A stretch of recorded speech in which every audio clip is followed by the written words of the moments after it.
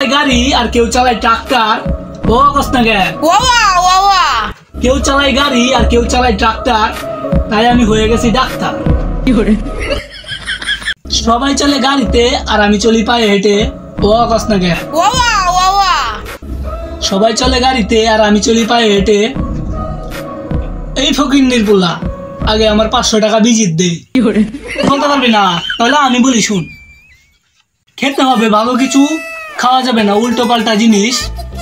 খেতে হবে ভালো কিছু, খাওয়া যাবে না উল্টো পাল্টা জিনিস। এই নিয়ে প্যারাসিটামল হয়ে যাবে তোর পেটের ব্যথা ফিনিশ।